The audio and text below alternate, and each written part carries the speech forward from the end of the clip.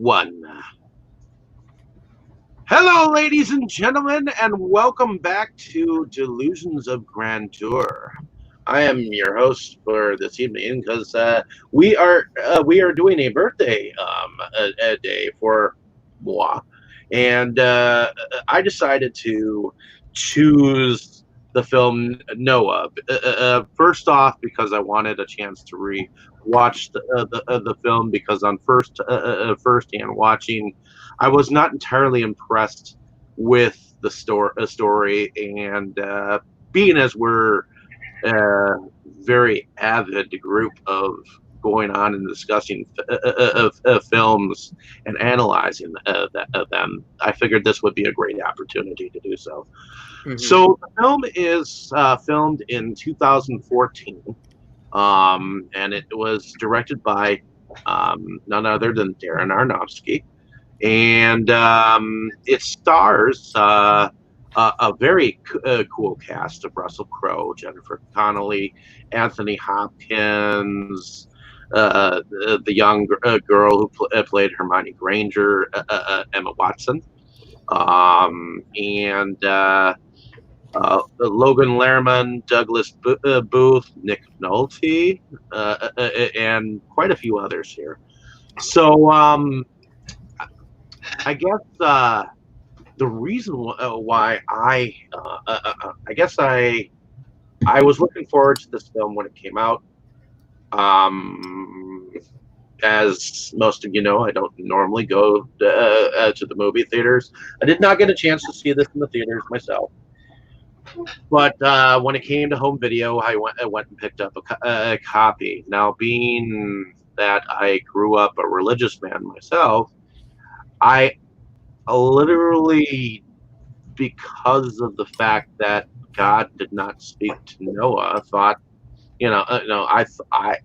I could see no real way that God actually had a hand in this. This was all, it was a totally different aspect of Noah. I mean, normally you hear a voice of God, Noah, please build me an ark, like that. So, but that was my first view on the film. And I just want to hear what others thought of the film. So, Brandon, I'm going to start with you. Get your view of this film. Was this a first time watch for you? Yes, I had kind of avoided it because I was told it was the most mainstream film that he had done. It was curiosity, but it wasn't anything. I was like, well, if I'm going to get this, it's not on my priority list. It was eventually, because it's an Aronofsky film, and I do, well, like is kind of an odd word to describe when you talk about Aronofsky or enjoy. I appreciate his films when it comes to these things. And I'd seen all of his other films, so I was glad to get an excuse to go ahead, get this used, and see it finally. I was actually kind of, I don't know why, but whenever you say I wished I had heard God speak to them, I always picture that Monty Python scene in Monty Python, the Holy Grail, like with Russell Crowe there, and then the kind of animated God going in there, and, it's like, get on with it.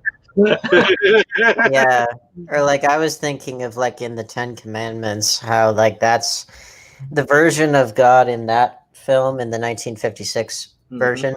Like that has become so ingrained in our culture and our consciousness that that's what we think of automatically. That that did define that sort of thing for quite a long time. But I don't want to get too far ahead of myself, but.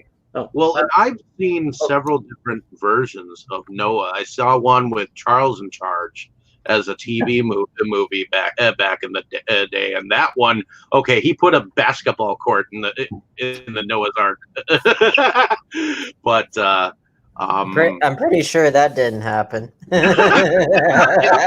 but it was the Bible. Find out.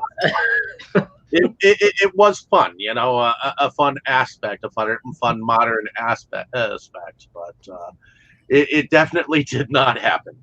But I've seen various different versions, and I guess I'm so used to uh, the that God is a little bit more present than the way that we saw in here. What was your take on this film, Dane? Before we get on, let me wish you and cheers Yes. to you on your birthday, Dave. Yes, happy birthday. Thank you. Okay, so I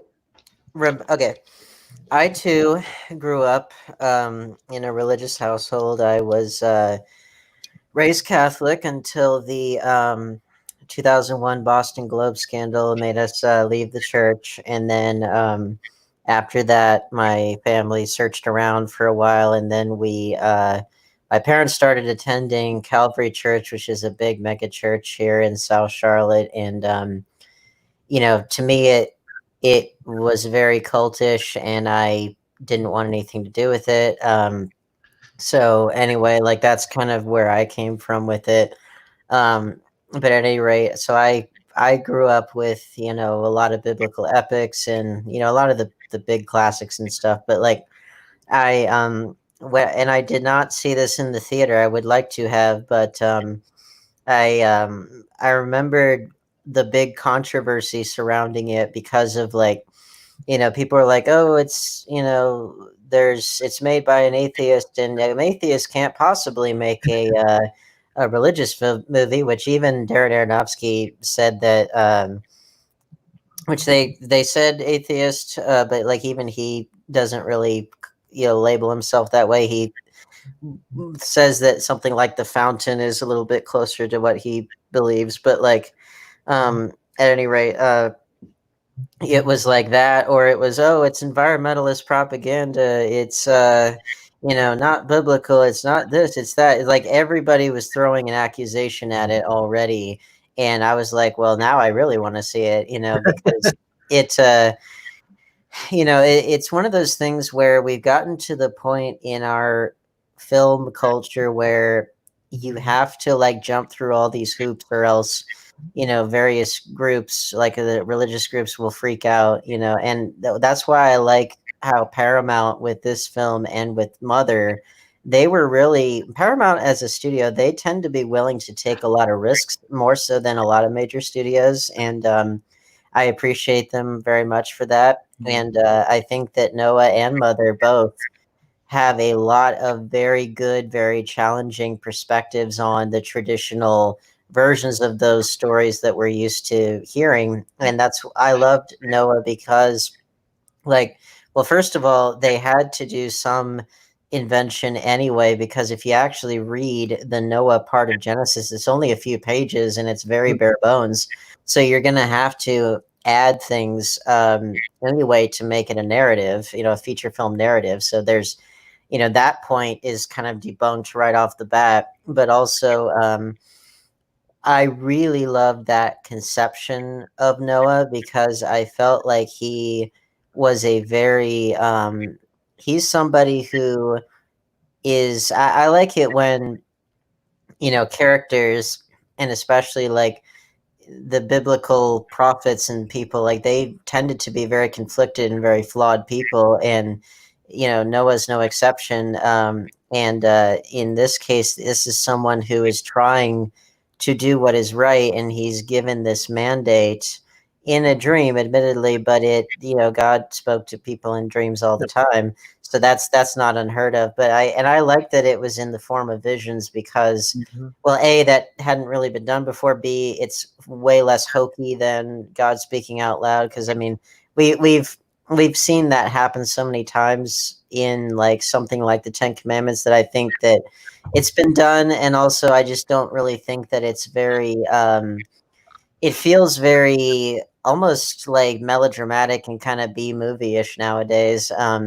Because like generally speaking, if you've ever looked at like the Christian mystics or any other kind of mystics in whatever faith, and it tends to come to the voices or whatever, like it may be voices or it may be images or whatever, it varies, but it's not going to be quite like you said, like Monty Python-ish, but I like that. I like that this Noah, he's trying to do what is right, but his conception of what is right is informed by his own kind of prejudices and his own kind of wrongful interpretations of what is being shown to him. And he thinks that humanity is inherently evil, and he and his family are being spared from a worse fate.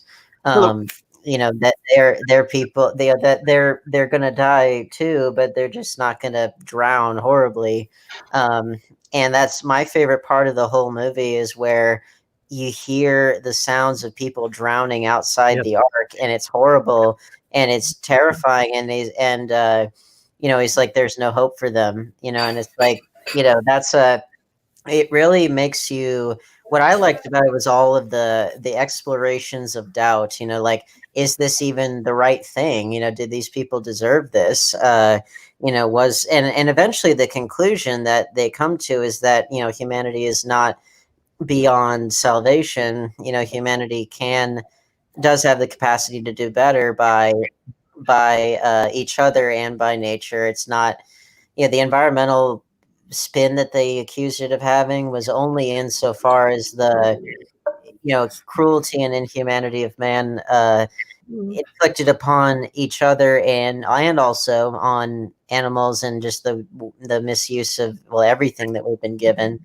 And so I think that it really does a good exploration of doubt, and it basically it does posit whether that was the right course of action, as far as like, did the entire slate need to be wiped clean? Is humanity really beyond saving? And of course, the conclusion is that there is still hope for mankind. And but I just like that it really did explore every avenue, and it really and it touches on, thematically, it touches on a little bit of Abraham and Isaac, even though that comes later. But like, with the him wanting to sacrifice the girl who's pregnant, that's kind of like a proto Abraham and Isaac metaphor there, kind of as a way to say, is that also the right thing? There's just a lot more layers of complexity, and especially like with the fallen angels they're not demons, but they are fallen angels. And I love that they mix in with the earth, and they're basically, it's fusing the idea of fallen angels with the Jewish mythological golems, which are earth, the earth creatures. And so they mix with the earth and they become these golems. And I do like that, we get a hint at God's sense of mercy, because they are allowed to at least come back, into heaven to either stand trial or do whatever. It's because they did assist, his chosen family. And the way I look at those rock creatures is, it's like, I felt like Darren Aronofsky was trying to do his like own Lord of the Rings kind of a thing, because the voices kind of reminded me of like the ants, and then of course the creature itself. I know it's supposed to be a golem, like you said, but it kind of reminds me of Galaxy Quest, that monster that they ship onto the ship. Well, let's not forget that Tolkien and C.S. Lewis were good friends, and they were both, pretty biblically well read. In a lot of the creatures that are derived in both Lord of the Rings and Chronicles of Narnia, they do have some kind of either biblical, or in Tolkien's case, there's some, like, a lot of medieval origins for them. And but yeah, so let's not forget that all that stuff kind of it all comes back around. It all permeates through history. But we had a saying in my senior symposium English class, that it all comes back to Job. And then after a couple of classes, we changed it to, it all comes back to Job, or sex. Oh, yeah. Except for the Coen brothers, it always comes back to Job every time. For Every time. And you're right, though, because I think in terms of the books of the Bible that were Right. actually physically written down, in what order? Not in the order in which they appear, but the actual writing. I believe that Job is one of the earliest, if not the earliest, writing that we have, and that's part of why it feels so prototypical, and it feels so almost all encompassing in and of itself. And it does really touch on human suffering and on how much can a person endure before they lose faith in themselves and in God. And does God only favor the materially wealthy and or will someone still continue to, have faith even if all of their material possessions and their family and everything is taken away? Biblical themes, if you know your Bible, you have to look at it less in terms of like specific, A, B, C, D, plot points, so to speak, and more about recurrence of theme. And recurrence of themes throughout the various books of the Old and New Testament, you see those recurring themes over and over again. That's one of them. And that it definitely is in Noah's story. It's in Job, it's in Jesus's various accounts in various to different extents. It's throughout that book. But at any rate, what I liked about the film though is that it explored every avenue, like every means of really extracting all the possible meaning out of that story and all the various complexities, all the different levels of doubt, all the different levels of certainty, because Noah is like overly certain in certain points in the story. And it just I just felt like it really extracted every bit of drama out of there, and it made me think a lot more about the subtext of these various stories that a lot of us grew up with. Because like whenever you think of Noah, you immediately think of like the Sunday school really cutesy representation of all this with the cutesy animals on the ark, and it's like, no, this is like pretty hardcore stuff. And it reminds you something that, again, Sunday school, it kind of washes over, and Christianity as our culture understands it, whether or not one is a Christian or not, it both are equally wrong in this point, which is that both of groups tend to, whether they realize it or not, have that kind of Sunday school version of these kinds of stories in their heads, or they're like, oh, it's, Bill Maher made the assertion of, oh, if you switched out Grimm's fairy tales with the Bible stories, would you know the difference?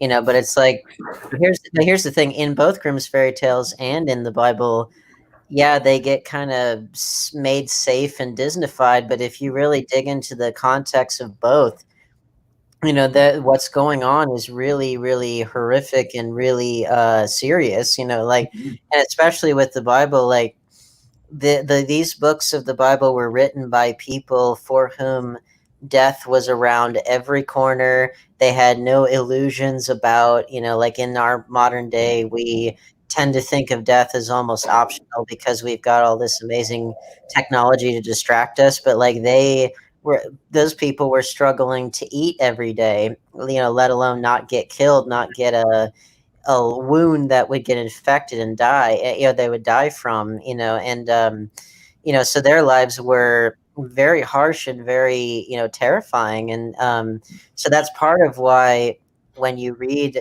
the Bible stories that you have to put yourself in that mindset, and in the mindset of people that didn't know about spontaneous, they didn't know about really science as we understand it today. And that is one thing I really loved about this version of the story, is that it did, and a point of controversy with some evolution deniers, was that it posits the whole idea of evolution-based creation because you see the whole process. Which I mean, that was always the view that I had. Was always like, why does it have to be separate? It really. I think that's just such a false argument. Like it never made sense to me. It was just people trying to make a problem out of something that really isn't a problem. Are you trying to say something? I was going to say we've gone quite a ways, but we should let Jake get his first impression in. Yeah, I was kind of wondering if everyone had done that or if we were still kind of. But okay. I want you to get your first impression in, dude. Right. And I apologize for being late, but this is a long-ass movie, and it took me a while to get a chance to watch it. So it's well, and as you can tell, I have a lot to say about it. So yeah, right. Too much to stop me. Well, I didn't get to do the research beforehand that I like to do, so unfortunately, I might not have as much of the esoteric stuff as I would normally bring with an Aronofsky flick. But this was my first time seeing this. This was one that I've been curious about from the get-go. I mean, Aronofsky tackles a story from my Sunday school days. I was there at the beginning, but I didn't make it to the theater. And the film just had so much controversy when it came out. And I just never got around to it. It's one of those things. It's like I intended to, and I just never got around to it.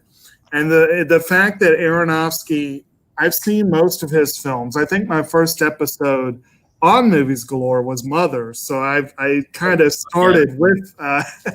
You started with a really batshit crazy one. Exactly, yeah. But I mean, I actually went to the theater to see Requiem for a Dream. I saw, I went to the theater and saw Black Swan. I have not yet seen that since seeing it in the theater. Ooh. And of course, I saw Pi and. Love the Wrestler and The Fountain bored me to tears, but all the others were good. But one thing about his films, what's that? I have not seen Pi nor Requiem for a Dream or The Wrestler yet. So. Oh wow! So The Wrestler and Requiem are arguably his two best. The Wrestler is so fucking good. I love it. Yeah, it is a good movie. But and Pi is disturbing. Oh man, that final shot. Ooh. I've yet to see The Fountain myself. I actually heard of Pi when I was all the way back in high school. I had a classmate who was all into that movie, and that'd be bad watching high school. Yes, but at any rate, so I'm familiar with the man, and one thing I will say about his movies is, like them or not, and like is a strong word with most of them, they have to be experienced at least once. All of them, I think, have to be experienced at least once. And most of them you'll probably not want to see again for many years. And Noah did not have as strong of that impression on me as usual. I feel like I got a lot more out of it than The Fountain, and I'm less likely to be upset if I get dragged into it again than I will be with. I own Black Swan. God knows when I'll get around to rewatching it. So it's an intriguing film. It is an odd hybrid of sensibilities. That's probably the kindest way to put it. It's a strange hybrid of sensibilities, but I, for one, love at times strong environmental themes. And the overall commentary on human nature is really not that dissimilar from what he put forward in Mother. So there are a strange number of similarities in the two films, actually. Most definitely. Yeah, this one's a little bit more of a straightforward kind of action disaster film in a lot of ways, but thematically it's got a lot in common with Mother. And I found it interesting. I really did. I'm glad I finally saw it. I kind of wish I had made time for it sooner, but yeah. Wait, And it did made you? for Dave, you gave us a very strange pairing this week. You really did. Well, you jumped in when I was talking about the recurrence of theme, right? Right. Okay, I because think so, that yeah. was because that was you mentioned the recurrence of theme in between Mhm. this and Mother, which makes Mhm. complete sense because excuse me, the Mother obviously is a allegorical, but it's a Mhm. heavily truncated account of like the entire Bible. You know, it's heavily truncated and very allegorical, but still it's in there. And Not so you strictly the Bible, but like the history of the world as related to man overall. Yeah. well Yeah. and well it's yeah, I mean, well, because the two are Mhm. very heavily Mhm. intertwined, you know. I mean, the Bible was meant to comment on and reflect its time, you know, the times in Mhm. which the various books were written. So, and then of course it does touch on, you know, the world since then, but you know, Mhm. that's why I think it's great. But that's the whole idea, is that history, not just religious text, but history does repeat itself. You know, history is Mhm. often very thematically cyclical, and I Mhm. think that Mother does that in a very allegorical, truncated fashion. Noah does that within the Mhm. context of one very familiar story that most of Mhm. us in what was known as Christendom, you know, in the Mhm. old days, most of us know that story very well in the Sunday school version of it, because this actual written account is so short and it's so Mhm. very generalized, and a lot of people would argue very deliberately symbolic. Mhm. You know, there's still a lot of, because there's technically like two different creation stories in Genesis, two different Mhm. accounts that are kind of smushed together. You know, and so in that respect, like there are a lot of, you know, parts of the Bible that are much more obviously either symbolic or allegorical, and others which are much more like rooted in this letter written to this audience at this time, you Mhm. know, kind of thing. So, I mean, you can't really read every book of the Bible equally. Like they're all written by different authors to different people for different reasons at Mhm. different times. But there Mhm. is a recurrence of theme throughout many of them. And, Mhm. I think that this, you see that between his two films, but also I think you see that within their own context. And I think Mhm. Noah and Mother's a very good continuation of what he established there. But I think Mhm. with Noah, it's a little bit more, focused on one rather small, rather short part of the Bible. Mhm. But it's something that thematically does set up so much else of what you're going to see later on with Moses, with Job, with Jesus, you know, with the apostles. You know, it's like it sets up so many of those same themes that will be continually touched on.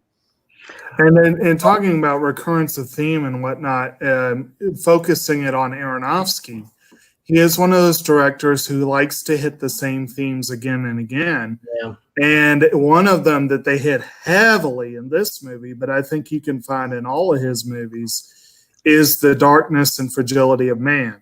Like Uh-huh. trying to figure out, like, he definitely likes to, you know, most of his films are character studies, and they're usually people who are deeply flawed in some way, shape, or form. Again, Mother was much more allegorical than it wasn't as literal as the others. It really turned into kind of a fever dream by the end. But Yeah. most of them, like The Wrestler and Pie and Black Swan, each had a laser focus on one particular deeply flawed individual. Requiem for a Dream was about a quartet of those such individuals, and this one was about a family. But yeah, but with one mainly at the center. Yeah. Well, I go ahead. Talking about, hold on, talking about theme, like you Mhm. said, whether they're more general, whether they're more laser focused or not, with that theme, like you said, the evil and fragility of man, I would say yes, but also there's perhaps an even more broad way of looking at it, which is that it's people, whether Mhm. it's individuals or groups, people that are trying to escape the supposed kind of meaninglessness of their existence, Yeah. or like the threat of meaninglessness crushing them, and whether they do or don't succeed Mhm. at that, that's really what it's about. And I mean, Paul Thomas Anderson's films talk Mhm. about that too, but I think with Darren Aronofsky, they're more, surreal and more visceral. You could also And say that more there's that drive for a particular. You're right. They're seeking something. That's one good way to put it. They are seeking something, and they usually have a strong drive. And this one, Noah has that drive to do the will of the Creator, basically. And then with pie, he had that obsession with pie, just like he was just obsessed. Requiem for a Dream is all about addiction, which is an all-consuming obsession, in many well, ways. and that's all Yeah. about, and it's all Yeah. about escaping the Mhm. pains of this world. And it's not so much a Mhm. belief as much as it is a lifestyle, but it's all rooted in Oh, escaping. it becomes no different from a belief. If you know much about addiction, it gets Yeah. Well, certainly in effect, if not in Yeah. mentality, but Mhm. the motivation is the same. It's to Mhm. try to find meaning in a Mhm. seemingly meaningless world, Mhm. and whether they do or don't succeed at that. And I think that that's where Mhm. Noah varies from, say, Requiem for a Dream or other ones. I think that that's a story where it's very much about somebody trying to do the will of God, and all of the different levels of nuance and doubt within that, but also Mhm. despite all of the stumblings on the way there, and there are many, and there are many that were in the actual Bible account, Noah Mhm. having gotten drunk and like laid out naked, and it's like that's in the Bible. So I mean, Well, it's I true. don't I mean, remember that part. it's true. Look it up. I swear it I is. But know. I What's that? from what I remember about Noah, supposedly he was already in his 900-year whatever. yes, he was. First of all, when you think about biblical accounts, I believe he was like 900 and something or whatever. But it doesn't Yeah. really matter. He starts out as a very young kid in here. Relatively speaking, yes. Yeah. Which is why I wanted to get into the somewhat start of the plot. So Okay. we have a young kid with his father, Mhm. and he's trying to teach him about the ways of the ways of not Cain, but the ways of God, or the Creator, as they call him. Mhm. And I like how his father brings that snake. You do touch on a good note that's worth noting, because they're the line of Seth, and of course Cain is the Correct. main line that they're ends up getting set against. Yeah. The mark of Yeah. Cain, which Well, is actually, I want to say, when you were talking about a singular individual, I do disagree with that, because I Okay. think that Noah was not necessarily about a singular individual. I think it was about a pair of ideologies. And yes, the line of Cain itself, the king himself, which you were going to talk about with him, Mhm. is not as present, but the power of those beliefs and that Yes. set is just as strong as Noah's himself, and it pits both beliefs against one another. And I like this Yeah. beginning again, Mhm. because you get to see that Noah actually sees his father get killed by this line of Cain, and you can see the brutality of this leader as he comes onto the Creator's land and starts to desecrate the land, Yes. running back to. He's credited as, well, Ray Winstone playing Two-Ball Cain, and it Two-Ball dash Cain. So obviously it's a son of, or in that lineage. That's how they're notating it. And well, and then, but prior to Noah's grandfather, Anthony Hopkins, is Methuselah. And it seems like they got their names correct as far as the about what we know, anyway. And What's I thought it recorded. was I thought it was interesting because you mentioned how old Noah was, originally. Because Methuselah was famous as like the oldest man or whatever. And I don't remember how old the Bible said he was, but believe it or not, many of the original characters of the Bible were quite old when they were mentioned in the Bible. I mean, Adam reached a high number in age. Age really, you could live a long time. Well, and that's also assuming that they were measuring year in the same way that we think of it today, 365.25 days. Like for I don't know this for sure, but I think that like the way that they would have measured time wouldn't have been anywhere near as accurate as we would nowadays. So like if you were to do such a thing nowadays, you probably would have gotten into more like 80, 70, something like that. But yeah, when they say year, it's like I don't even know if you can really call that the same measure of time. According to the Bible, Noah was between 525 and 545 years old when he started to build the ark. So he still wasn't a spring chicken. But I don't know if this would have substantively affected how they measured time in terms of years. I don't know.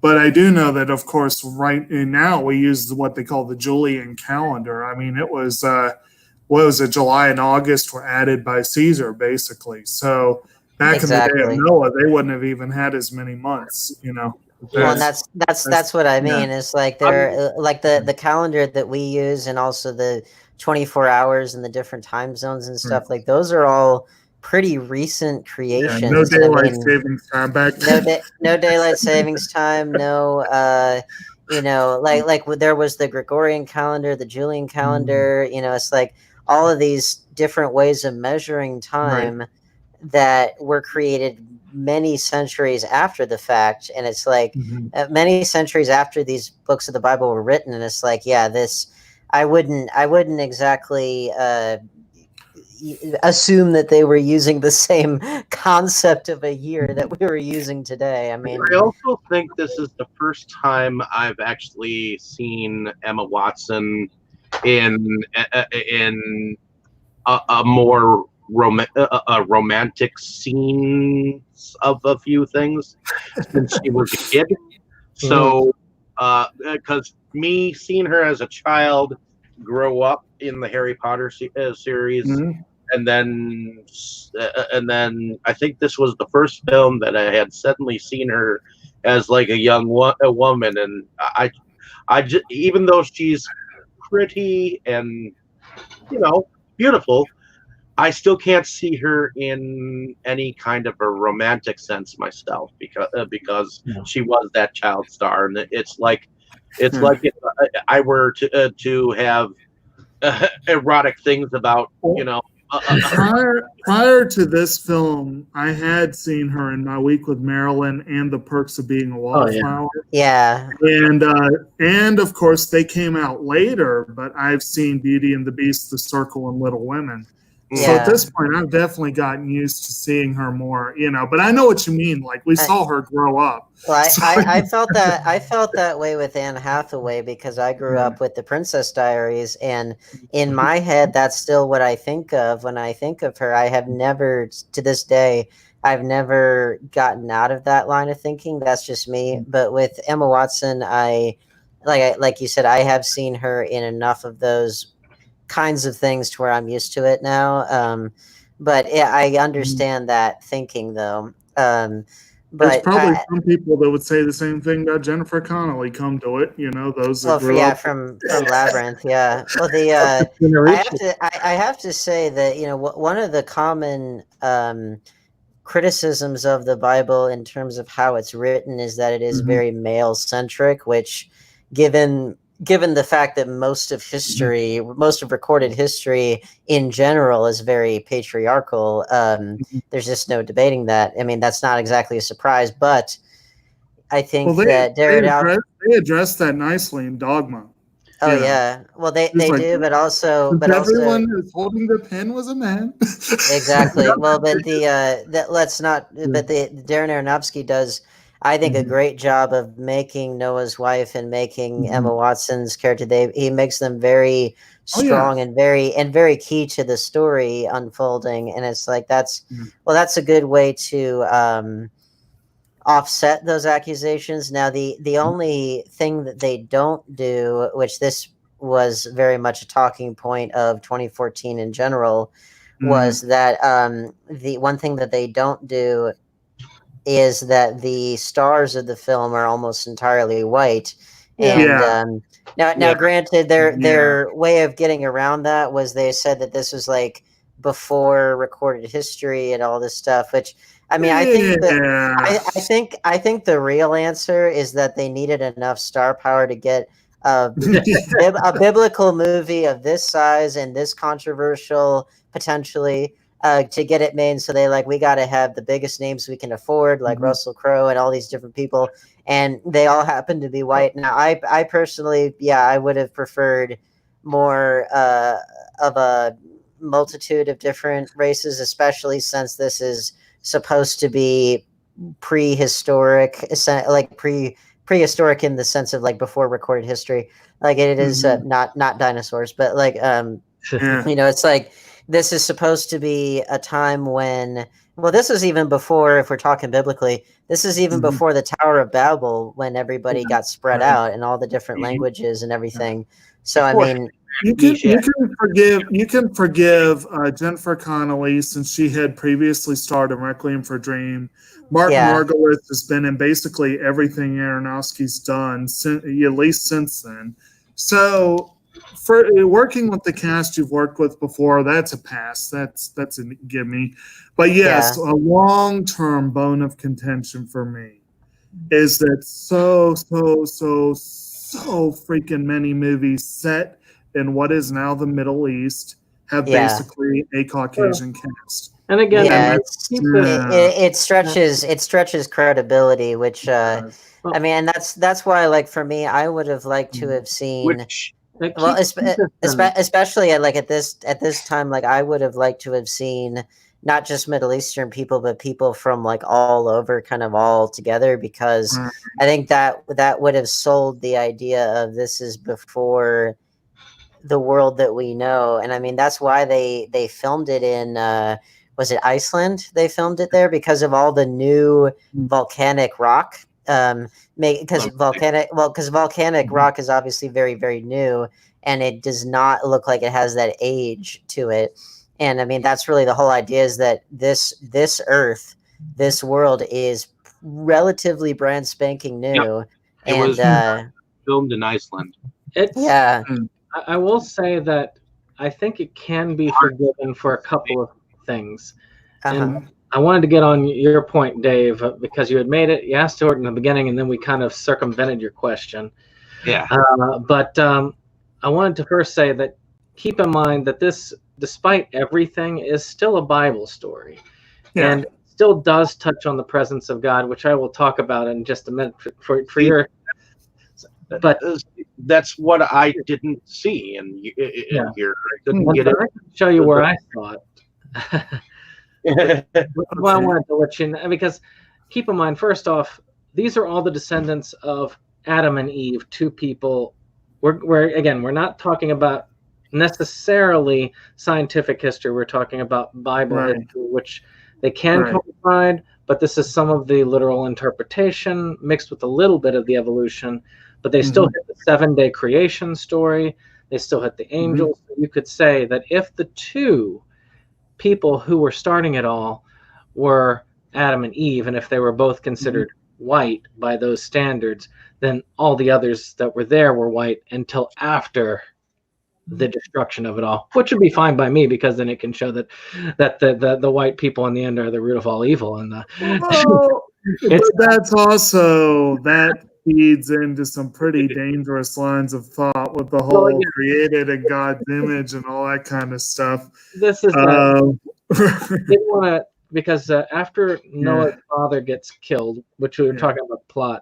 Well, this was also in God's dangerous days. I mean, he created the world in 7 days, and he was happy with the world up until Adam and Eve decided to realize a few things, and then he kicked them out, of course. Of course, they had children, Jacob and Esau, and what happened to them? You know, I mean, Jacob killed Esau, Esau or something like that, or was it Cain and Abel? Well, Cain and Abel came Cain first. and Abel, yes. No. So I do want. So you put forward, I guess, before I came on this question of whether God was there. Like there was, because Dave was saying that he doesn't really see the presence of God, but I would say beforehand that I didn't. And then I rewatched it. Yeah. And I guess if you really wanted to have a disassociative deity, the one who did not speak or anything, just showed you visions of death, and supposedly from these drowned figures, he took from that. He took from that without no voice from God. But you see, you're a lot more. Going to be killed. Keep in mind also that if you wanted him in the film as a character, then yes, I don't think he was there. But in terms of like trying to see like the presence of a creator, I think was very, very, very, very strong in the film. Yeah. The idea, was it the Abrahamic God? That's debatable. But what's your conception of that? And that's there's this I'm looking him up right now. There was a Catholic priest who has since become a bishop, who is well known on YouTube. And I cannot remember his name, but he's had quite a number of very fascinating videos on different topics. One of them was something that he touched on that I had never thought of before. But the way that he explained it, because he was talking about, I think it was a video that was made when Christopher Hitchens died, because he said that he didn't agree with his atheism, but he liked hearing him speak and he liked hearing him argue.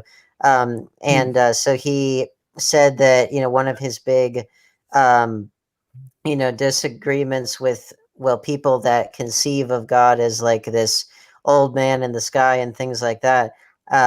Bishop Robert Barron, there he is. So he, and his series is called Word on Fire. But in that particular video, I believe it was that one, he was kind of disputing the idea of the God as the old man in the sky and things like that. He conceived it, I believe it was informed by Thomas Aquinas, but he was saying that God is not something, is not a thing that exists in the world. God kind of exists outside of the world. Kind of the world is something that God created. God is not a thing within his own creation.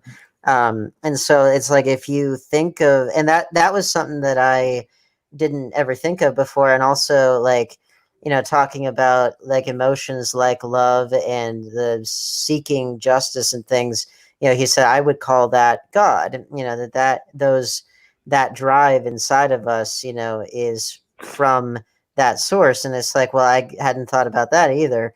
And, so when you think about it from less of a traditional, like actual voice that you hear spoken from the clouds open up, and there it is. If you get outside that mindset and think a little bit, further back, kind of zoom out a bit from that, then it's like, okay, you think less. You are the one. Say it again. You said when the clouds opened up. You are my son and the one future king. Like Mufasa there, but get on with it. Yeah, exactly. Well, but you see what I mean? It's like you have to. This is what I've been trying to do. Like I think less in terms of, like people often will talk about like, was it 5,000 years or was it, how many billions of years? And it's like they get so hung up on that they, don't think about, well, not only themes, but also just think. Stop thinking. The world is only 6,000 years old. Exactly. current interpretation like, of the stop- Bible. Yeah, but also I'm like, stop thinking so three-dimensionally. It's like if you have to go way beyond that if you're even going to try to wrap your head around this stuff, which nobody has fully. I do want to say that this movie is not, because it's not as direct as God is speaking literally to, Right. but it's not abstract, like to the point of Aronofsky abstract either. It Yeah. hits you over the head pretty solidly that There this are is some not doing it. I there mean, are some pretty solid signs. I I mean, mean, what's Oh, the water thing when he's meeting Yeah. with Methuselah the first time to talk Mhm. about the visions and what it means, Right. and then finding out about the flood and the fountain springing up with all of the life teeming out and all of the life being summoned to his section. And I have to say, like, we kind of talked about like different, like the Bible school kind of interpretation, like the Yeah. Sunday school interpretation or whatever. I know, I grew up with a Lutheran background, and I went to church all the time, and we were basically taught, I was given the impression that God was, if we called on him, he would answer, sort of thing. You know what I mean? Yeah. It's like I kind of grew out of that a long time ago. And I know some people say you don't have to grow out of that, and they take issue with my saying that, but that's the way I feel. But I do feel I like the idea that he's there as an overseer. Mm-hmm. But I feel that the idea that anyone, no matter what your level of religious belief, any idea that anything you call on him for, he's going to just drop what he's doing to help you out is kind of silly. And even if you're like the chosen, like Noah, he's not going to hold his hand. He was going to give him signs and guideposts, but not be there as a 24/7 wiki thing. You still have to do the work. Exactly. He can point you in the right direction, but you still got to do the work. And one thing that I find very fascinating in this film, frustrating as hell, but fascinating, is where you get the impression as the viewer that he's still giving Noah signs. The sign that the barren girl is now with child, that's a pretty solid sign. But Noah chose to ignore it because he was so entrenched in his belief. Mm-hmm. And that was and again, I was thinking dogma. I was thinking of the line from Dogma that you can change an idea. It's harder to change a belief. Exactly. And that was a big thing that's one of the reasons I love Dogma, because they were talking about the dangers of getting mired down and seeing things only one way. Mm-hmm. And I really like this. I really like the way that they played with that. Like I think, Dane, you touched on this, that that it wasn't so much doubt at some points as it was lack thereof actually became as big of an issue. And I thought that was kind of neat. It's that total certainty that can be just as damaging, if not more so, than too much doubt. Because like there's a healthy amount of doubt is actually pretty important for any kind of belief that one has, because that means you're thinking. Because if you don't have any doubt, then you're not thinking. And even to take it from a somewhat more solidly faith-based viewpoint, I went through my phase where I was not only a good Lutheran, but also very into country music and that sort of thing. And a song that was very impactful on me in high school was Garth Brooks' song "Unanswered Prayers." Yeah. He says some of God's greatest gifts are unanswered prayers. Exactly. And so, I do think that the whole idea that Noah was expecting much more than he was getting as far as communication, and yet he was not looking at everything communication he was getting. I think that jives perfectly with that concept, if you will. Oh, definitely. Well, I mean, sometimes like this is something that because I grew up Catholic, and then my parents became evangelicals after that, and I am definitely not that. But they became rather cult-like ones, if I may say so. But for me, like one thing that did always stick with me from my very earliest days of, because see, I was a very faithful like reader of the Catechism. I studied theology pretty heavily, and still do. I studied it pretty heavily. And that's why I never understood. My dad was like, as Catholics, we never read the Bible. And I'm like, no, we read the Bible all the time. It was part of our lesson plan as being homeschooled. And I read the Catechism like crazy. So, I mean, I don't know where he was coming from with that. I mean, maybe you didn't crack it open, but we sure as shit did. But anyway, you read it, but you didn't really read it.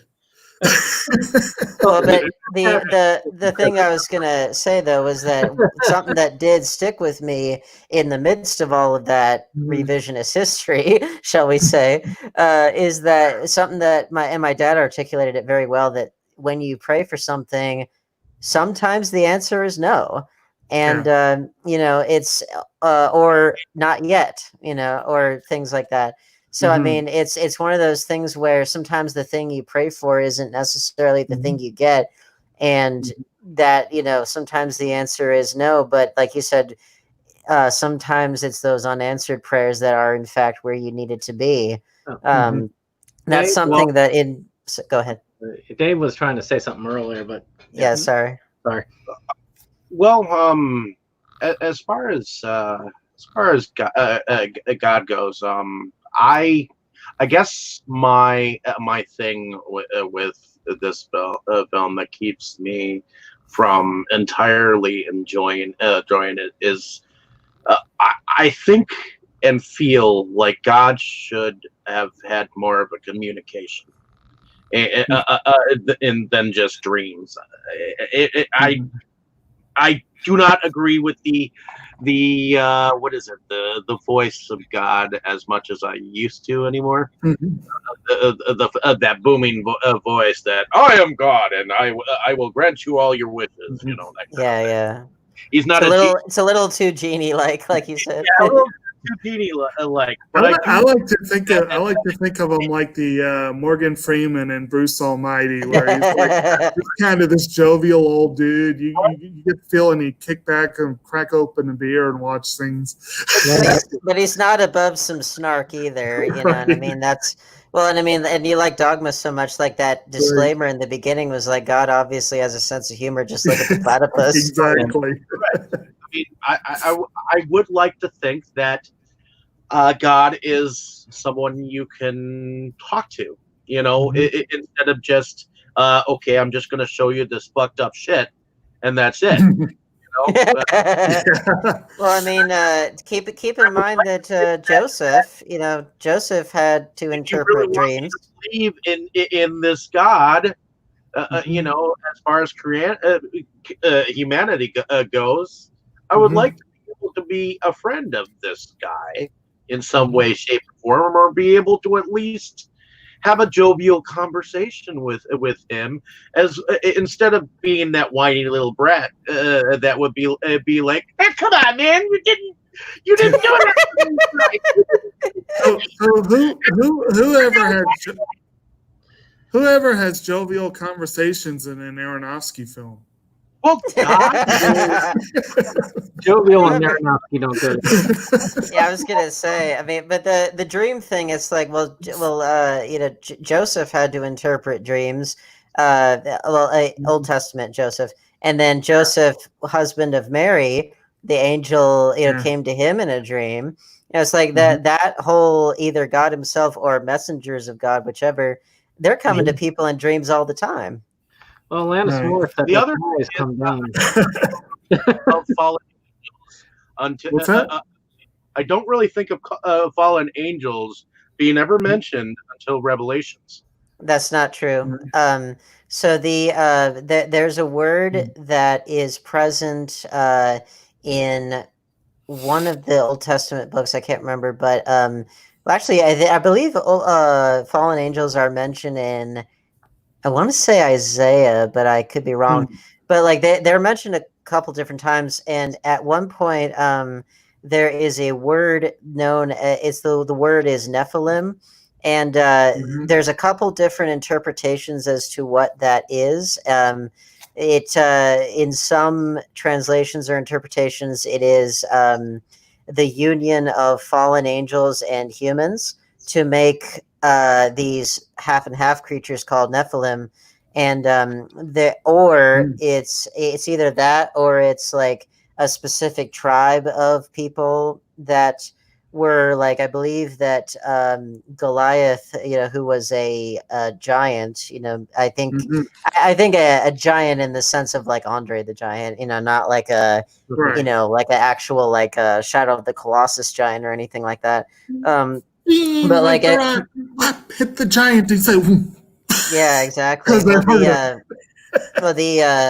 So in other words, like there's a couple different interpretations, but like the point is that in order for like the Nephilim to be there, then there had to be fallen angels still, the war between heaven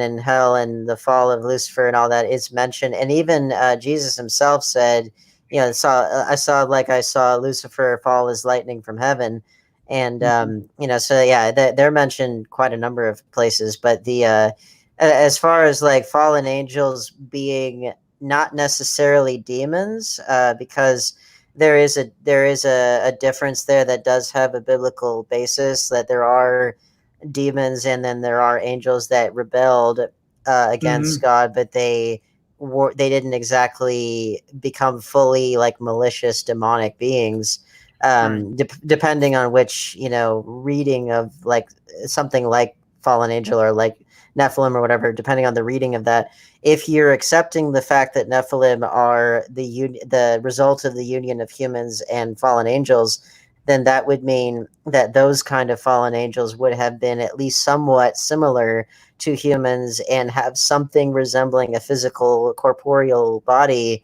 enough to conceive a child of some kind, versus, say, a demon, which is like a pure spirit, just like an angel. So it's like it just really depends on how you conceive of it. And there are both in the Bible, and then within there's a hierarchy of demons, there's a hierarchy of angels. It's like you can subdivide it all day long. But I do think that there is a basis for there having been fallen angels that had a corporeal form of some kind, and they also happen to, in this artistic interpretation, they happen to merge it with that of the golem, which can be found in Jewish mythology. Oh, yeah. Yeah, there is a verse here from Genesis 6, verse 4. The Nephilim were on the earth in those days, and also afterward, when the sons of God came into the daughters of man, and they bore children to them. Yes. These were the mighty men who were of old, the men of renown. And then apparently in Genesis 6:2, the sons of God saw that the daughters of man were attractive, and they took as their wives any they chose. So looking at there's a little bit of Greek mythology mixed in there. I mean, it's got some similar ideas for sure, but it's the so in other words, there is a precedent for it, well, it's just like the fact that Jesus Christ, he had brothers and sisters. So Mary. That's one notable thing that I think the Catholics, I don't know if "get wrong" is the right word, but they don't really talk about much, is the fact that yes, in the Bible, Jesus did have brothers and sisters, because Joseph and Mary did have children besides Jesus, who would have been their firstborn. And they were, conceived the natural way and everything like that. But I think it's more so that it's more of the idea of trying to preserve Mary's like virgin status because of this underlying belief that a woman who has sex is like ruined or whatever. But no, I mean, I don't think that hey, God said, be fruitful and multiply. It's like, come on, get to some multiplying there. And there's nothing wrong with that. I mean, that's the big, equating sex with something bad. That's more where that comes from. But yeah, he did have brothers and sisters. They were not, the sons and daughters of God in the same way, but they they were still through that bloodline. We should move forward a little bit. Yes, Definitely. And we introduced our big antagonist, which is why I said that there were two of the same. You were talking about Faith being Noah's, but also the king himself of the other was also a man of faith, but his faith was very different. Though very strong. Matter of fact, it is a faith I think that is very strong today if you think about it. Very much so. Of God gave us this land to use as we please and how we want to, and it will continue on. I believe the way he said it is that God gave us dominion over earth for us to subdue under or something, which I have always been I've always taken issue with that interpretation. In fact, that way of reading it kind of pisses me off. And it's one of my biggest issues. Like the idea of the way I see it is like having dominion over the creatures of the earth is one thing. But feeling that gives you the right to subdue everything and use it solely as it suits you is freaking stupid. To think that God would actually want us to do that is freaking stupid. Because if this is where we're living and our future generations are living and whatever, for one thing, you have to have a more mellow way of looking at it, or you're screwing over your great-grandkids. Oh, yeah. And the other thing is, the way I look at it is, I always think of God as an artist or an artisan who created this wondrous thing, this wondrous planet. Why would he give it to us just to piss all over it? It's like a sandbox in the sense that you give your children the sandbox to play around in, but do they have to destroy it? No.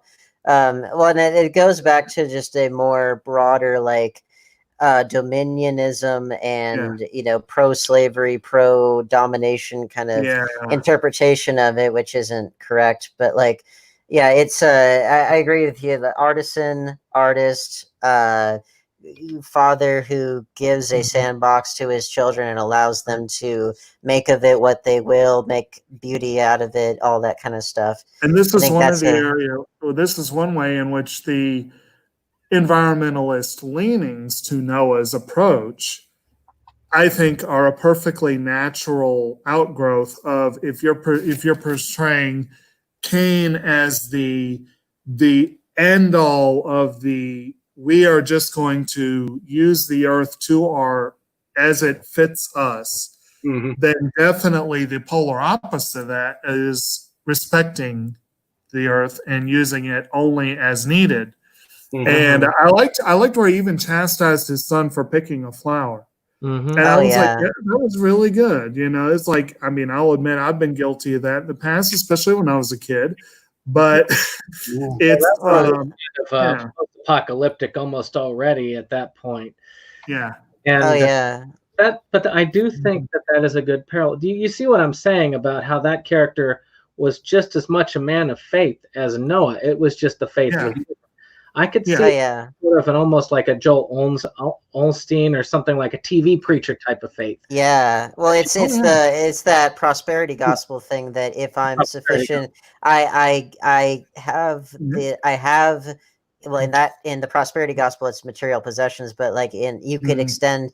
Well, they didn't really have money or anything like we think of, but in terms of you could say that the currency was power or land or control of crops or whatever, but it's the more of those kinds of things that I have, therefore it must be a reflection of how righteous I am. But it's the message of the Bible, and especially the message of Jesus, is not even remotely that. It's the polar opposite of that. What is it that it would be easier for a camel to pass through the eye of a needle than a rich man to enter the kingdom of heaven? Yeah. And also, blessed are the meek, blessed are the poor in spirit, all this stuff. It's that is the polar opposite of that message. I'm sorry. Moving forward, moving forward, the Mm-hmm. original story of Noah had 8 people surviving. What did we think about the change up of the fact that he was not able to provide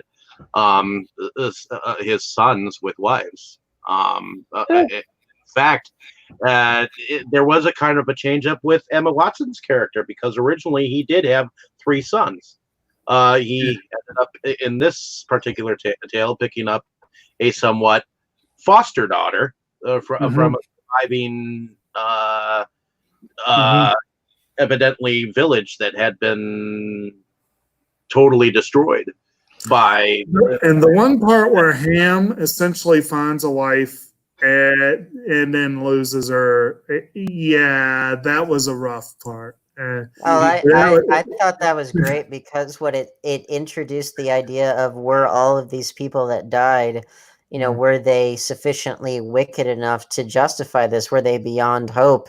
And I think that's where the that's where when it also she helped show his dogmatism was a little bit excessive. Exactly. Yeah. Well, and also the fact that she gets pregnant or whatever, it's like that is the next generation, and she's not of Noah's bloodline, really, but he but that's the idea, is that can something good arise from is humanity beyond saving, and it's something that I think it introduces a lot of good subtext.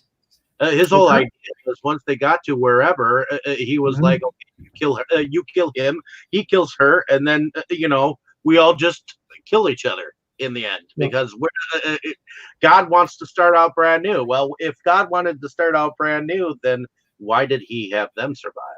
So. Well, I mean, it's just when you're talking about like little things here and there, like small interpretations or differences. Most films, even of the best ones, tend to have not a literal interpretation. Some do, but not all. I mean, shoot, even Last Temptation of Christ, which is considered one of the better, one of the greater ones, was not an exact interpretation. No, that's one of my favorite. Yeah. Well, not only biblical films, it's one of my favorite films of all time, specifically because it really, again, it talks about something that no other biblical film had talked about before or really since, which is the idea of Jesus the man having to be confronted with the temptations and the desires of a normal person, meaning like, in other words, just like there's nothing wrong with wanting a wife, a family, the joys of a normal life, free from this great burden of responsibility that he must carry throughout his life. I thought that was a really great thing. Like, there's one of my favorite Star Trek episodes was where these 3 like basically spiritual alien intelligences, they possess 3 members of the Enterprise, including Kirk, and their idea is to try and create physical vessels for themselves because they don't want to just be non-physical beings. They want to have like a finite existence. And I was like, how interesting is that? It's more the idea that if you are God or godlike, that the last temptation is the life of a normal person. And it's like, isn't that interesting? I think that's a really fascinating idea.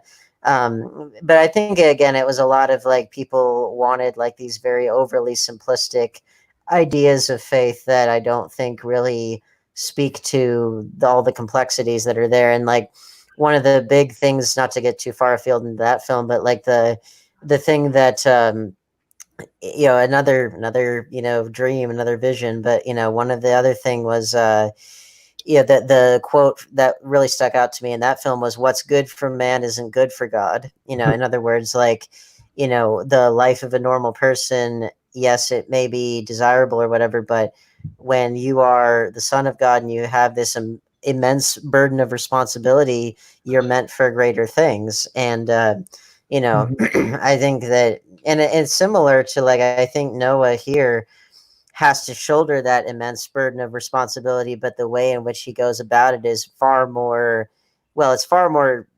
flawed in a conventional human sense, but it's all and more like what we would call dogmatic, but also it's his constant quest to find what is the right path and how to do this, which you see that in the Last Temptation of Christ also, but here it's with a much more like literally apocalyptic scale and scope. What all is at stake there, because the conflicts in the Last Temptation of Christ are very, very internal, but this is very external. Now, believe it or not, I actually had a fairly religious upbringing as well. Jake, knowing my father, it would be hard for you to. It's kind of a strange thought. Individual as he was at one point, and I grew up Episcopalian, and then moved on to a little bit more liberal church. Even though Episcopalian church is fairly liberal in a lot of ways, Right. It is. And of course, the church I went in, I was almost a deacon, believe it or not, and then ended up going on to different things. I decided to go to Roanoke instead to study. But a lot of that interpretation, and I guess that, again, it's what your faith is. It kind of shapes how you look at the world. And a lot of the faith that I was taught in that upbringing was, try not to take things so literally. The Bible is one of those things that was ever changing. Keep in mind, of course, the original Bible was written in a different language and then was held up by different people, interpreted to a different language, and then gone to monasteries where it was written by hand. That was how you copied it again and again and again with more interpretations. And then the King James, which is supposed to be considered the biggest interpretation of the Bible, is also one of the farthest from the original. So just to use as one example, like the four Gospels, you got basically Matthew, Mark, and Luke were basically written by Jesus' contemporaries not too long after the fact. And then John, I think, was the one that was written over 100 years later by people who were basically going on the stories. Well, and it takes a very different tone than the others do. Yeah. Because even the book of the three Gospels that you mentioned, they're synoptic, so it's a more it's not so much about what it all means. It's just this happened and this happened and this happened, and they all have different events and different interpretations, different things that they focus on because they were written for different audiences. And then John is much more of an overall encompassing, like, thematic, what does this all mean kind of thing. That's why I always liked John out of all of the Gospels, because it really just makes everything come into focus. And that's, and again, it's like you can't really hold up the Bible to a lot of like conventional literary standards, because it just wasn't written that way.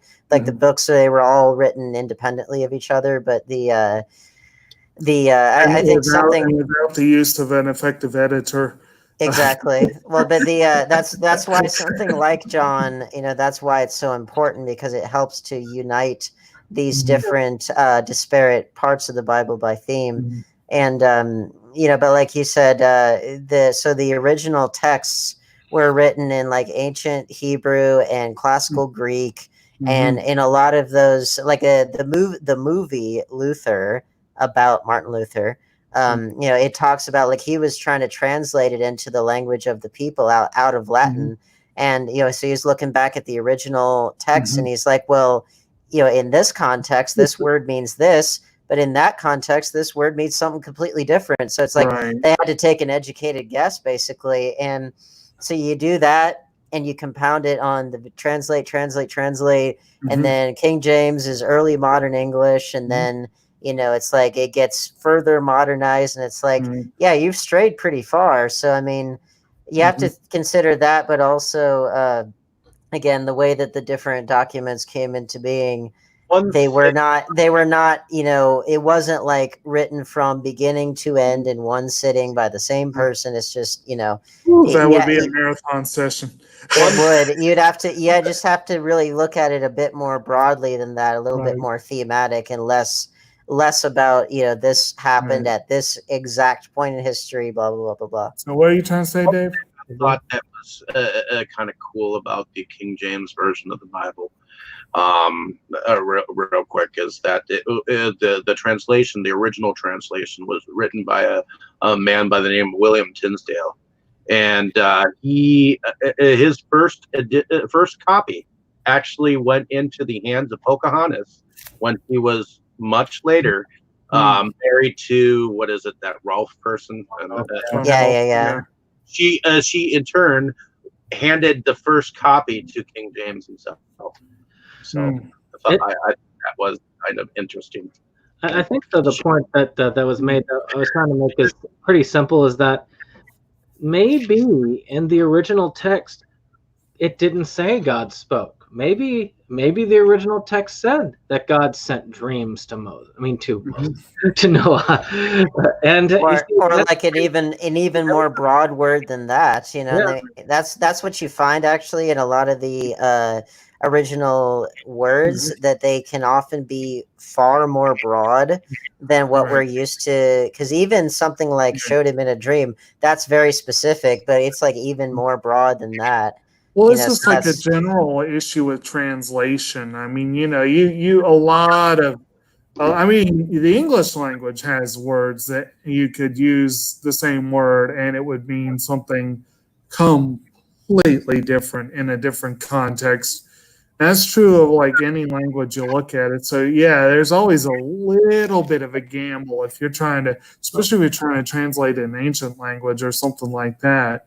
That's why I feel like that a literal interpretation is not necessary to have the feeling of God's presence, or to say that it's a fairly accurate biblical interpretation. Yeah, it's just kind of a dubious prospect to think that you have the absolute, perfect version of this thing, when, I mean, technically no one does, because again, like a lot of those actual texts, no one is 100% sure of the exact authorship, and like, as an example here, let's just say as an example, this is just real simple little illustration. But let's say each one of us were to write a text and hand it to the other three and see how they interpret it. I guarantee you we'd get some very different answers. Oh, definitely. The same language.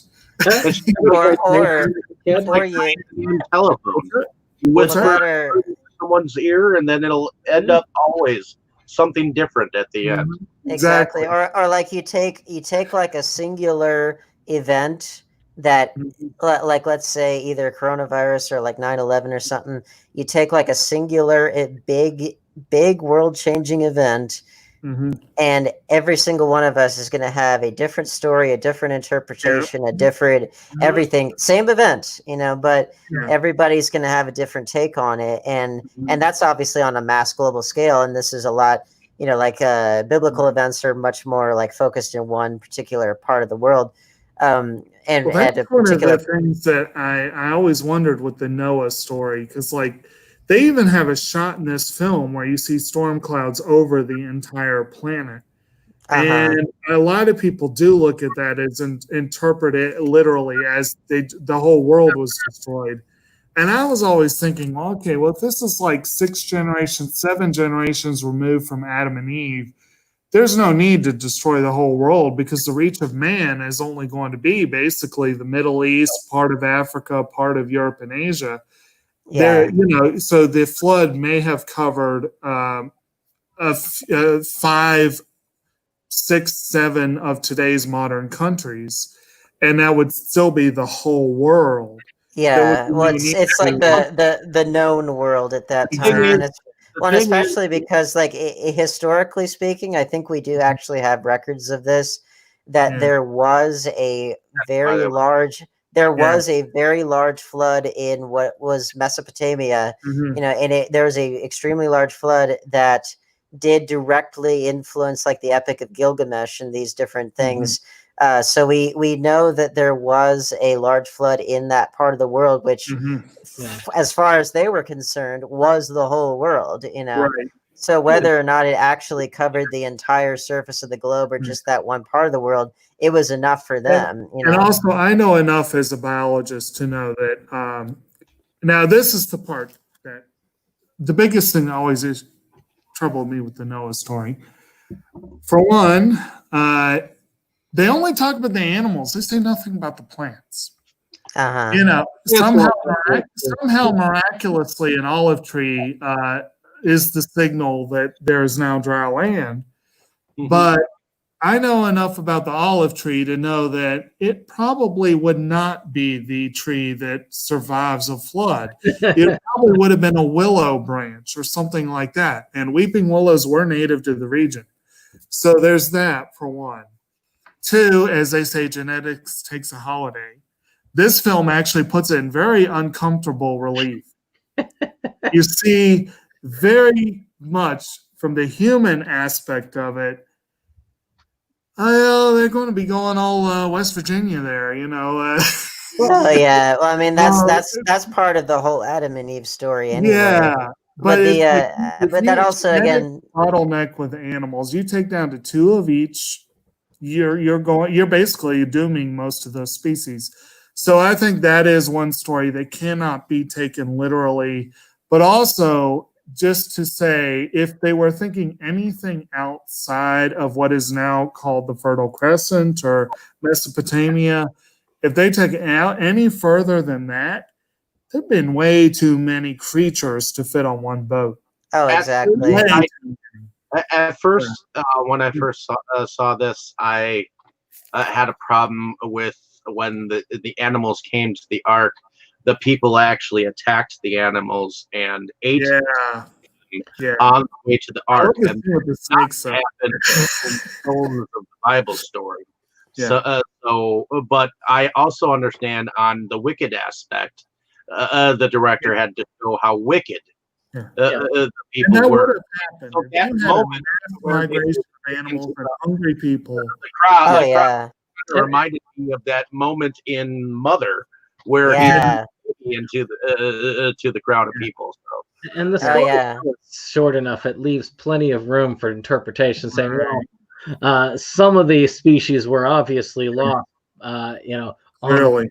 This. Well, and not to mention, like I mentioned before, in Genesis there are actually two separate creation accounts that are merged together into one.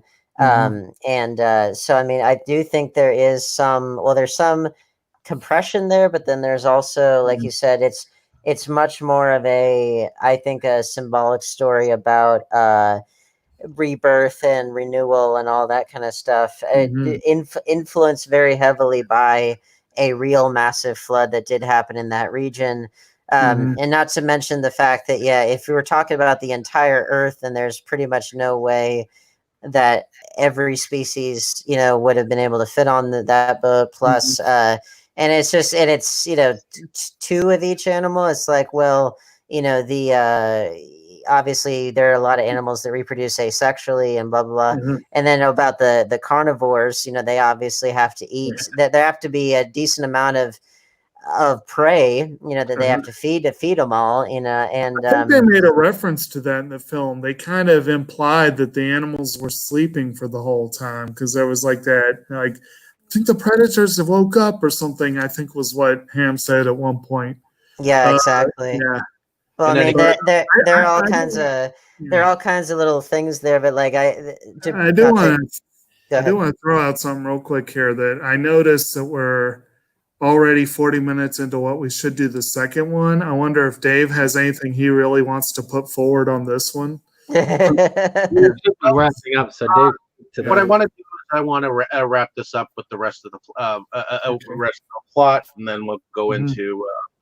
So Noah has built this ark, and the protagonist has jumped on board.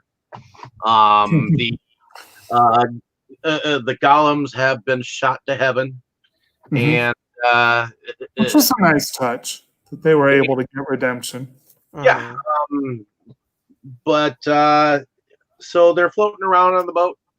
They realize, what the main son Ham, he is helping out the other guy for a little bit. I mean, he's starting to doubt, but.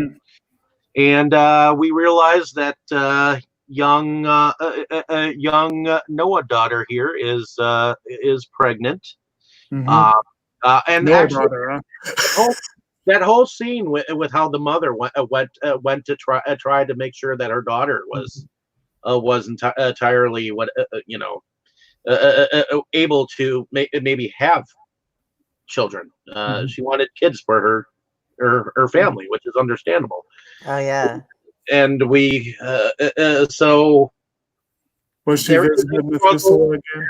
There is a struggle that happens Mhm. along with the fact that Noah has to come to a decision about whether he kills her children before they reach whatever possible land is whatever, because he's so set in his mindset, you know. Mhm.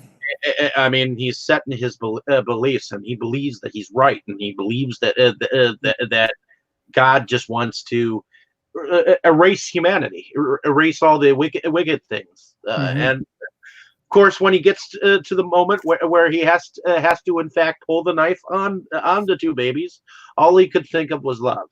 And Mhm. and then they arrive to land. Noah thinks that he is undeserved of love, and Mhm. seems to think the worst of himself. Of course, the family ends up back together again in the end. Oh, So except for him. that being said, I'm sorry I had to wrap it up that fast, but we have Right. Yeah. time. The short version. So what I'm going to do is I'm going to go to favorite scenes from everyone. And so, Dane, what was your favorite? What was one of your favorite scenes from this? Easily my favorite scene was when they're first in the ark, they've shut the doors, everyone's drowning around them, and you don't even really see it.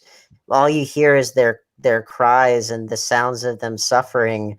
And he says, there's no hope for them. And it's like it really conveys the fact that people are that people are suffering, they're dying. This is a really traumatic event, and it's we don't really, in the Sunday school version of the story, we don't really think about that. And it's like it or not, wicked or not, these were human lives that are snuffed out. And whether they were irredeemable or whatever, but it's still very it just makes you think. It makes you face what you really believe.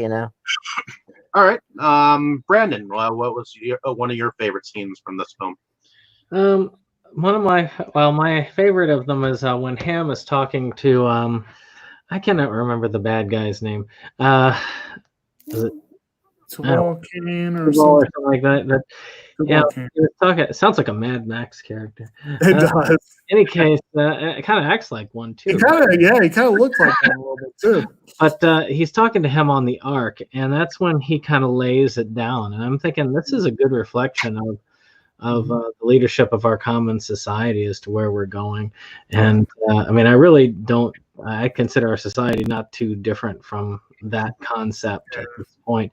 So I felt like that was very insightful, and I didn't necessarily consider him evil or wrong in that. I just considered his faith to be that necessarily as strong or as challenging. That was when I actually looked at that and said, yeah, this isn't identical. Just a kind of reversal in the mirror of the two. Okay. Going over to you, Jake. What was your favorite scene in this film?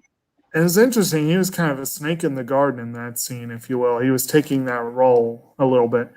My favorite scene, if I had to pick a favorite, might actually be one that was almost the counterpoint to both of those scenes in terms of it offering a great deal of hope.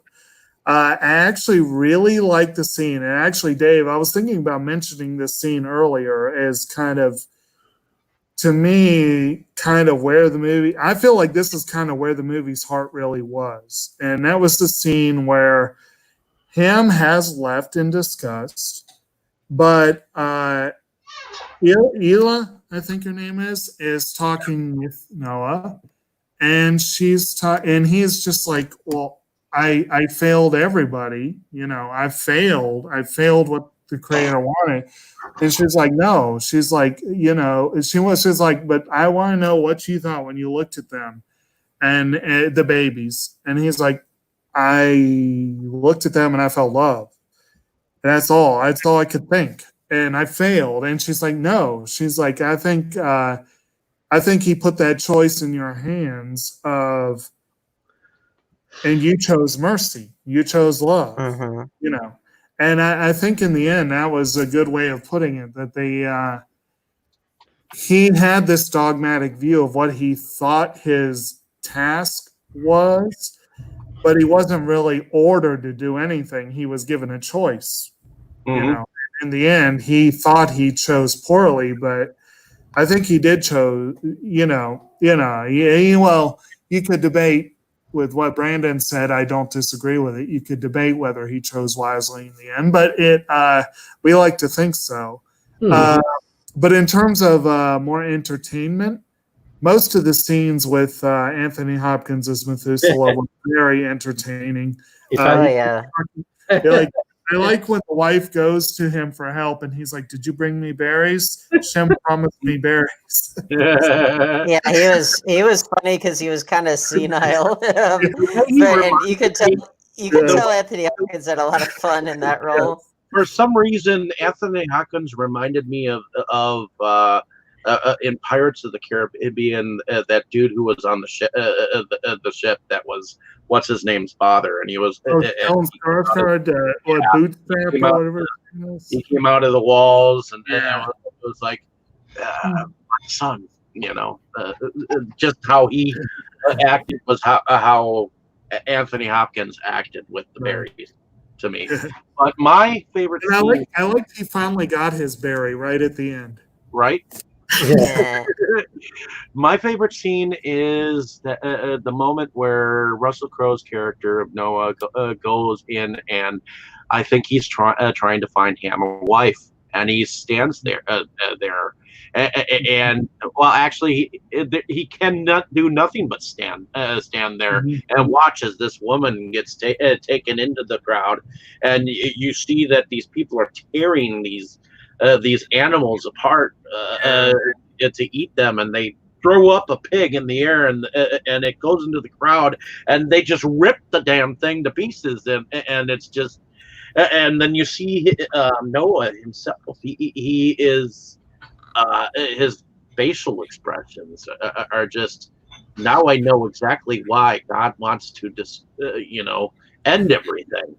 And unfortunately, he's got to make the decision. Well, fuck this. Nobody's going to get a wife. Fuck these people. I'm getting the fuck out of here. No one gets out alive. There were no survivors. So I guess that would be my favorite scene. Even though that that one scene that you mentioned, Jake, was pretty cool. But in any case, music. Did we want to talk about music real quick here, or? It's pretty solid. Decent. Yeah. We should Clay try to Mansell, start wrapping it up. I think Clay Mansell has done the music for all of Aronofsky's films, hasn't he? And they're generally pretty good scores. Yeah. Okay. Well, on that note, I will ask you guys who the fuck you are. So, because I went into this blindly, knowing who you guys are. So, Brandon, did you want to say who you are, or did we want to wait until later? Septum Sen of Septum Sen versus the World, physical media channel on YouTube. Check it out. All right. Yeah. That's the abbreviated. Dane, who are you? Abbreviated. Dane Kyle, aka Dane Damarung, on YouTube, on a channel called Indie Horror Film Creative, where I host Blu-ray reviews and I do a bunch of Blu-ray unboxings, and got some more cool stuff on the way. All right, Jake. All right. I'm Kotobuki Jake. I am the other part on Septum Sin versus World, and Also, big film collector, and I will say more at the end of the next discussion.